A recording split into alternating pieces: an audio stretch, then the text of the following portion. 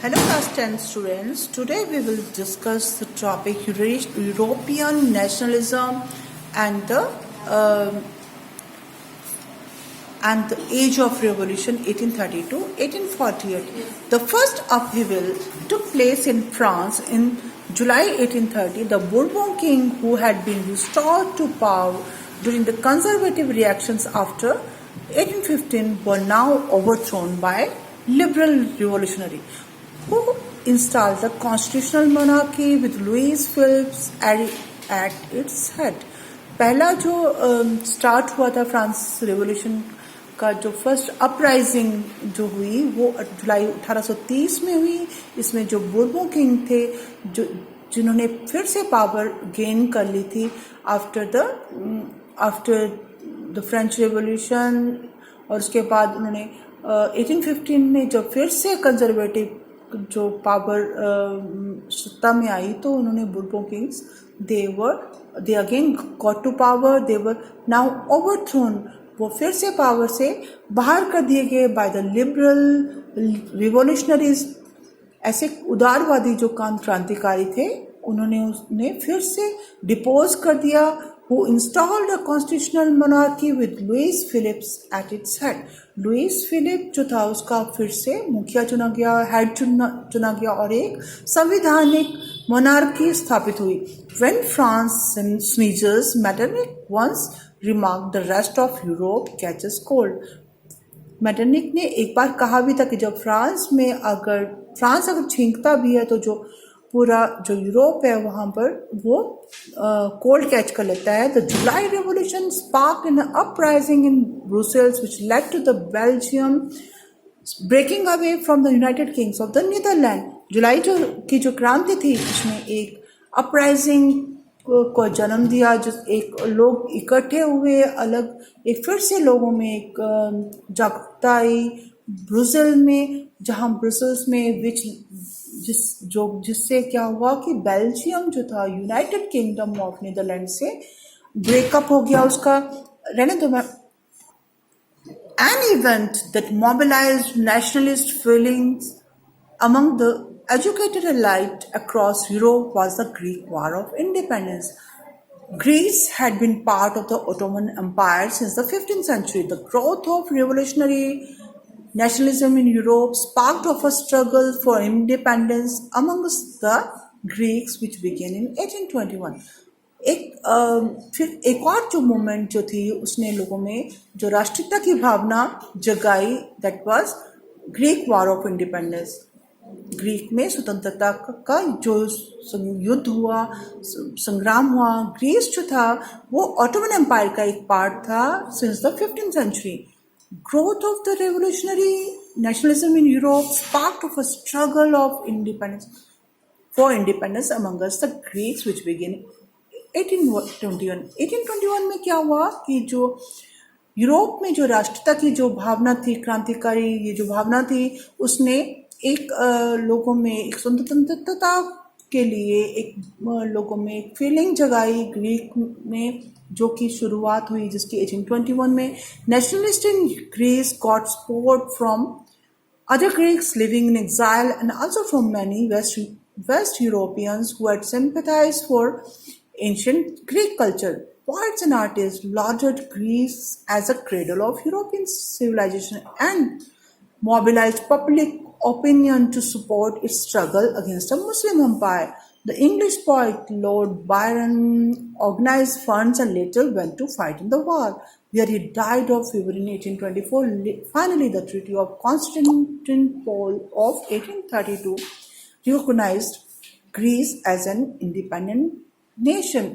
तो ग्रीस में जो 1821 में नेशन वाइज जो स्ट्रगल शुरू हुई, तो वहाँ पर जो नेशनलिस्ट थे, राष्ट्रीय जो स्वयंसेवक थे जो हमारे ग्रीस में, उनको उन लोगों से सपोर्ट मिला, सहारा मिला, जो ग्रीक पीपल थे but they were living in the different countries. वो एग्जाइल में थे और साथ में पश्चिम यूरोपियन देशों का में जो लोगों का रहने वालों का भी सपोर्ट मिला, और जिनमें सहानुभूतिपूर्ण भावनाएं थी.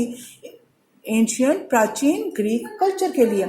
पोइट्स एंड आर्टिस्ट जो थे उन्होंने उसको वो ग्रीस को बोलते थे कि क्रेडल ऑफ यूरोपियन सिविलाइजेशन की, जो यूरोपियन जो सभ्यता है वो वहीं पर पली बड़ी है, वो पालना है ग्रीस यूरोपियन सभ्यता का। और लोगों की जो पब्लिक ओपिनियन थी, लोगों का जो विचार था उसके उस ग्रीस के लिए उसका उन्होंने उसके लिए उन्होंने प्रयास किया कि वो उस स्ट्रगल जो कि अगेंस्ट मुस्लिम एम्पायर थी, उस स्ट्रगल में लोगों ने उनका साथ दिया। इंग्लिश जो पोइट थे लॉर्ड बायरन, उन्होंने फंड्स को भी इकट्ठे किया और later on they he went to fight in the war, वो लड़ने के लिए भी गए और where he died of fever.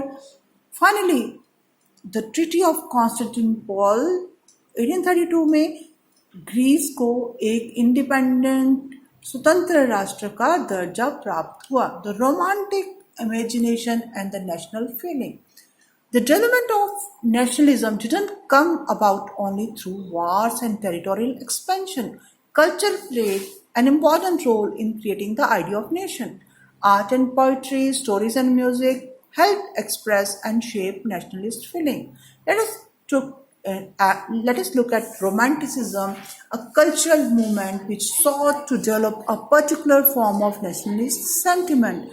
Romantic artists and poets generally criticize the glorification of reason and science. तो जो राष्ट्रता की जो भावना थी ये सिर्फ युद्धों से और अपनी टेरिटरीज को एक्सपैंड करने से नहीं बढ़ी, ये इसकी प्रोग्रेस संस्कृति के द्वारा भी हुई, एक राष्ट्र का जो विचार था उसके द्वारा भी हुई। आर्ट, कला और कविताएं, स्टोरीज और संगीत ने भी इसमें योगदान दिया राष्ट्रीयता की भावना में। रोमांटिसिज्म एक कल्चरल मूवमेंट है, एक सांस्कृतिक आंदोलन भी कह सकते हैं जिसने कि एक लोगों में राष्ट्रीयता भावना को जगाया। Romantic artist and poets generally criticise the glorification of reason and science. उन्होंने जो ये पोइट्स थे, आर्टिस्ट थे, इन्होंने जो तर्क और जो विज्ञान को जो हम ग्लोरीफाई करते हैं उसका जो विशेष दर्जा उसको जो प्राप्त है उसको उन्होंने नकार दिया और उन्होंने and focus instead on emotions, institutions and mystical feelings. और उन्होंने फोकस कहाँ पर डाला? इमोशंस पर, भावनाओं पर, संस्थाओं पर और एक मैत्रीपूर्ण भावनाओं पर। यहाँ पर हम ये जो पेंटिंग देख रहे हैं ये है मैसेकर एट कियोस। ये जो फ्रेंच पेंटर है इसने इसको बनाया है जिसमें कि 20,000 Greeks were said to have been killed by Turks on the islands of Chios। And यहाँ पर उसको डिपिक्ट किया है। Their effort was to create a sense of a shared collective heritage, a common cultural past as the basis of a nation। जो राष्ट्र का जो base है वो है कॉमन कलेक्टिव हेरिटेज, एक संस्कृति, एक ऐसी जो कि सबने जिसे शेयर किया है, और कल्चरल जो सांस्कृतिक जो पृष्ठभूमि है that is the basis of nation। Other romantics such as German philosopher John Gottfried Herder 1744 to 1803 claimed that true German culture was to be discovered among the common people, thus woke। It was through folk songs, folk poetry, folk dances that the true spirit of the nation was popularized। So, collecting and recording these forms of folk culture was essential to the project of nation building। राष्ट्र का निर्माण में जो कला कृतियों का जो फोक, जो लोकल, जो वहाँ का जो कल्चर है, डांसेस हैं, that was a true spirit. वो एक राष्ट्र की भावना का उसमें से निर्माण होता है। और जो कॉमन पीपल हैं, जो सामान्य आदमी, वो ही ट्रू जर्मन कल्चर को रिप्रेजेंट करते हैं, ट्रू जर्मन संस्कृति को रिप्रेजेंट करते हैं. The emphasis on vernacular language and the collection of local folklore was not just to recover an ancient national spirit but also to carry the modern nationalist feeling message to a large audience who were mostly illiterate. This was especially so in the case of Poland, which had been partitioned at the end of 18th century by the great powers Russia, Prussia and Austria. जो local language पर ज़्यादा emphasis करना, मतलब उसको ज़्यादा importance देना, और जो लोकल जो लोक गीत हैं, लोक कथाएं हैं, लोक संगीत, उसको ज़्यादा इम्पोर्टेंस देना इन इन कवियों का मेन मकसद था. मॉडर्न नेशनलिस्ट जो मॉडर्न जो राष्ट्रीयता की जो भावना से ओतप्रोत जो उनके जो मैसेज थे वो बहुत सारी ऑडियंस को होते थे, ऑडियंस को रिप्रेजेंट करते थे, जैसे कि बहुत सारे लोगों को पहुंचते थे. ज़्यादातर वो लोग जो पढ़े लिखे नहीं होते थे, जैसे कि पोलैंड के केस में पोलैंड के लोग जो थे वो ज़्यादा इलिटरेट थे. पोलैंड जो था वो 18th सेंचुरी में it has been partitioned into Russia, Prussia and Austria.